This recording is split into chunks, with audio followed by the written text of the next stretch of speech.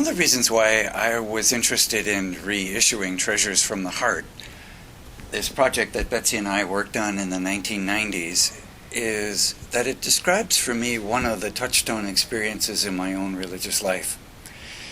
I had the opportunity to lead a pilgrimage to Bethlehem back in the 1990s. It was the first time I had been to Israel. And when I went into the Church of the Nativity, I had an unexpectedly wonderful religious epiphany. That is to say, God touched my heart in a significant way that has changed my relationship to Jesus in praying with the child Jesus, and it's changed the way that I relate to Mother Mary. So when Betsy and I worked on this cassette project back in the 1990s, I didn't want to lose the record of that. So when we had the opportunity to be able to issue this as a CD series, I jumped at it. The second reason was that I've recently come back to the Bellarmine Retreat House in Barrington, where I am now, and was there in the 1990s. I moved away for 10 years. And when I came back, several of the retreatants came up to me and said, I remember you. You were the retreat master who took us on this journey of imagination to Bethlehem.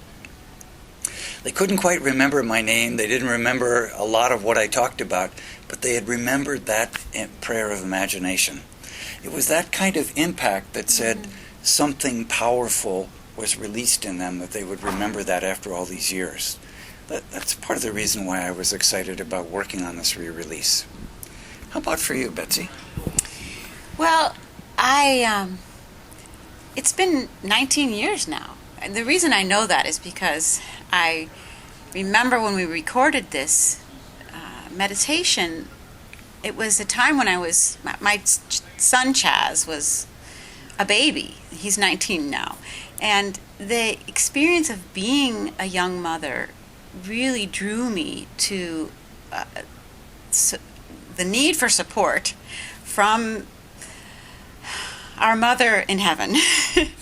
And I, during this time, these past 19 years, really deepened my relationship with Mary and continued to dance her story and be called to stand with her at the cross, and also to feel the incredible love that she offers to us. And I've continued to work with individual clients in my spiritual direction practice, and really found that the love of Mary is this incredible place of grace that we can return to for a deep soul healing.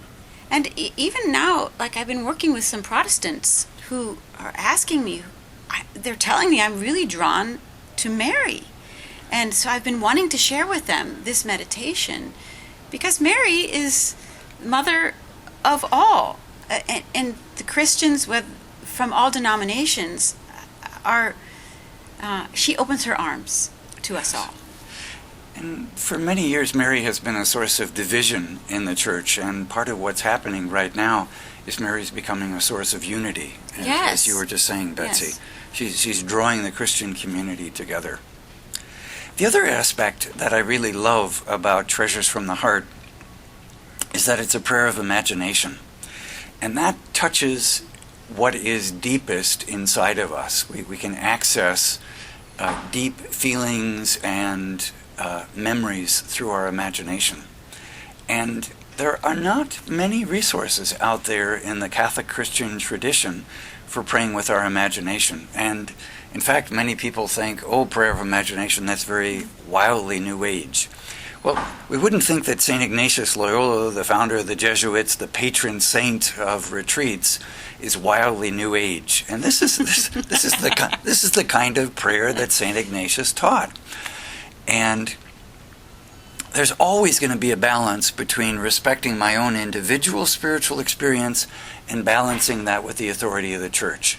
Ignatius lived at the time of the Protestant Reformation, and so much of the Protestant Reformation was about recovering individual spiritual experience, and we need that.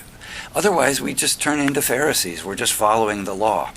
But part of the beauty of the Ignatian tradition was allowing people to have a powerful religious experience, but then submit that also to live within the authority and the guidelines of the church. So you have that balance of the individual and the institution.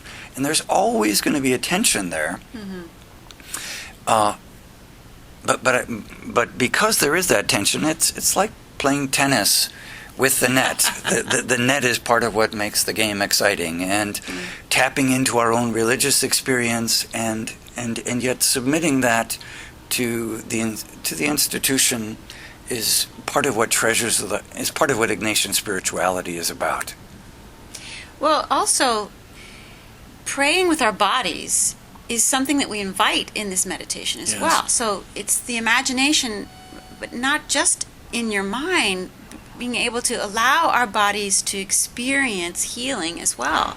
If you think today how broadly popular practices like yoga have become, that Exactly. people really are longing for an integration of their sense of spirit and how they live that each day in our bodily awareness, and to be able to bring those two together is really a gift that has been part of what I've been drawn to explore, and that we together were helping to integrate.